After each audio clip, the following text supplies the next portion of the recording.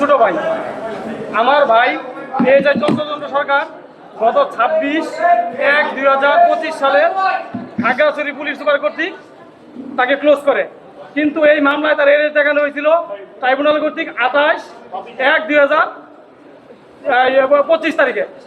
আর এখানে মূলত হলো আমার ভাই যেদিকে ডিউটি করে, ওনার ডিউটি ছিল রামপুরা টিভি ভবনের 3 নম্বর গেটে, যেটা আপনারা তার প্রমাণ পাবেন।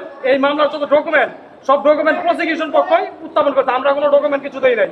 ওই প্রসিকিউশনের ডকুমেন্ট প্রেক্ষিতে এই মামলা পুরো বিচার কার্যক্রম পরিচালিত হয়েছে, আমরা সেটাই মেনে নিছি। এখন এই মামলার সিডিআর এর টোটাল যে সিডিআরটা জমা দিতে হইল প্রসিকিউশন পক্ষ। এই সিডিআর এ 3:45 পর্যন্ত আমার ভাইয়ের ডিউটি ছিল রামপুরা টিভি ভবনের 3 নম্বর গেটে, যেটা হলো এই মামলা যে তিনটা বিষয় ইন্ডিকেশন ছিল আমার ভাইয়ের বিরুদ্ধে, সেটা হলো 2টা থেকে 3টা পর্যন্ত। 2টা থেকে 3টা পর্যন্ত যদি ওই মামলাগুলো অকারেন্সগুলো হয়ে থাকে, তাহলে আমার ভাই 3:45 পর্যন্ত রামপুরা টিভি ভবনে, তাহলে সে ওই মামলা কিভাবে সে অকারেন্সগুলি করলো। আর একটা বিষয় হলো এই মামলায় ওই দিনকে আমার ভাইয়ের নামে কোনো অস্ত্র ইস্যু ছিল না, কোনো গোলাবারুদ ইস্যু ছিল না। এই মামলায় আমার ভাইয়ের এই ভিকটিম বানাইছে, যাদের নামে অস্ত্র গোলাবারুদ ইস্যু ছিল তারা এই মামলায় কোনো ভিকটিম হয় নাই।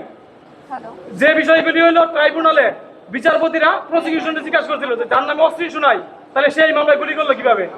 যার সিডিআর লোকেশন দেখাচ্ছে 3:45-এ, তাহলে সে এইখানে অকারেন্স করলো কিভাবে। প্রসিকিউশন পক্ষে কোনো উত্তর দিতে পারে নাই, তারা চুপ ছিল। তাহলে এই মামলায় আজকে আশ্চর্যজনক একটা বিচার হইলো যে আমার ভাইয়ের সাজা দিল হইলো 20 বছর। আজকে মূলত হইলো এটা না, মূলত হইলো আমরা হইলাম সংখ্যালঘু, এই দেশে সংখ্যালঘু মানে জন্মগ্রহণ করাটা হইলো আমাদের পাপ। না, যদি এরকম আমার বাইরে যে আমার বাইরে 24 ঘন্টা 48 ঘন্টা 26 তারিখ থেকে সে হইলো 28 তারিখ সে কোথায় ছিল, তাহলে এই 24 ঘন্টা 48 ঘন্টা সে কোথায় ছিল।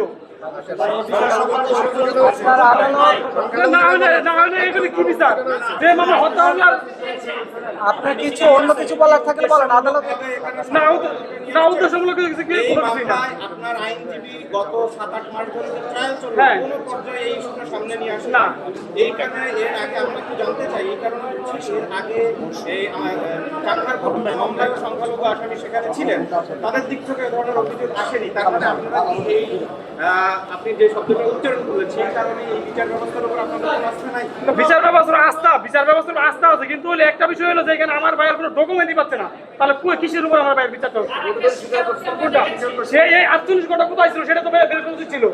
সে 26 তারিখ থেকে আমাদের ট্রাইব্যুনালের 28 তারিখে, তাহলে সে হলো 26 তারিখ থেকে 27 তারিখ, এই 2 দিন সে কোথায় ছিল?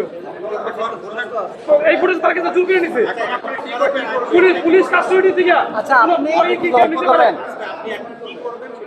আমরা আপিলে যাবো। আপনার আইনজীবী তো সেটাও বলছেন। আপিলে তো আমি অবশ্যই যাবো, আমি আপিলে যেতে আমি বাধ্য।